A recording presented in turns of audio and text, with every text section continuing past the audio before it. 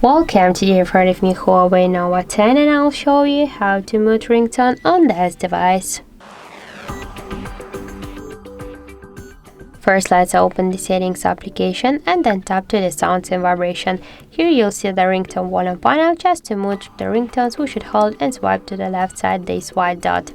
Also, we can make it by the second way. Just first in default volume button control, select ringtone, and after that just just press down volume button. We can also mute ringtone of our device, and we can make it by the third way. Just press up or down volume button and then slide to the down with your finger this white dot, and that's it.